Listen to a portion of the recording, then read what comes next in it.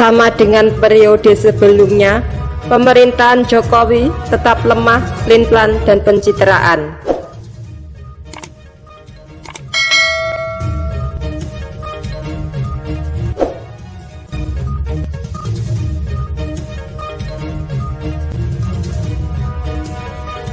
Pemerintahan Joko Widodo di periode kedua ini masih sama seperti dahulu, lemah dan pelin-pelan serta penuh pencitraan. Hal ini terlihat sekali saat wabah COVID-19 ini melanda negeri ini. Penilaian tersebut disampaikan oleh anggota DPR RI fraksi PKS Syahrul Aidi Ma'azad dalam keterangan tertulisnya.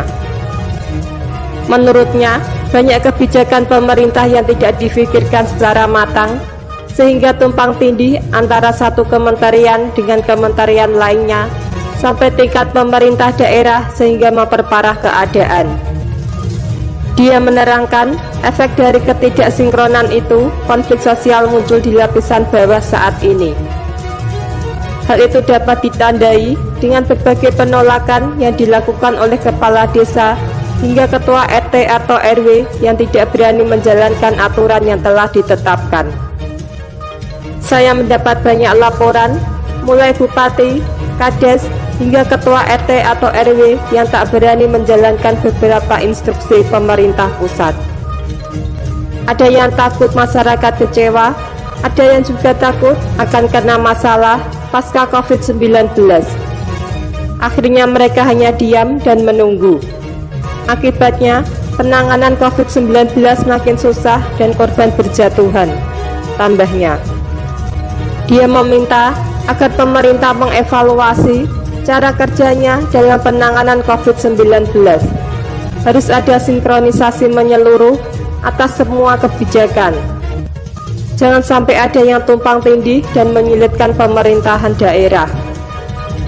Sederhanakan alur birokrasinya dan cari cara jitu alur pemutusan mata rantai COVID. Misalkan saat ini ada potas algoritma yang dikembangkan oleh anak-anak muda kita.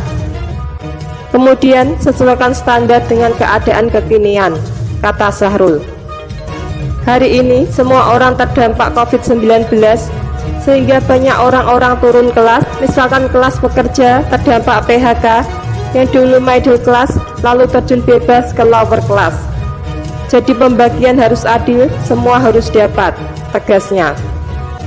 Kemudian Syahrul juga menyoroti belet yang selalu berbenturan dengan prinsip otonomi daerah yang membuat pemerintah daerah terkungkung dengan instruksi tidak jelas dari pemerintah pusat. Padahal dengan diberi kewenangan dan kebebasan bertindak, maka Pemda bisa segera menangani COVID-19. Sebenarnya penanganan pandemik ini tidak terlalu sulit asalkan arahan dan jalur koordinasinya bagus. Jangan sampai membuat bingung pemerintah di daerah dengan belait. Karena dampak paling besar dalam pemberlakuan PSBB yang kontroversial ini adalah warga di daerah yang digawangi Pemda sampai jajaran turunannya di tingkat desa dan RT RW sebagai garda terdepan.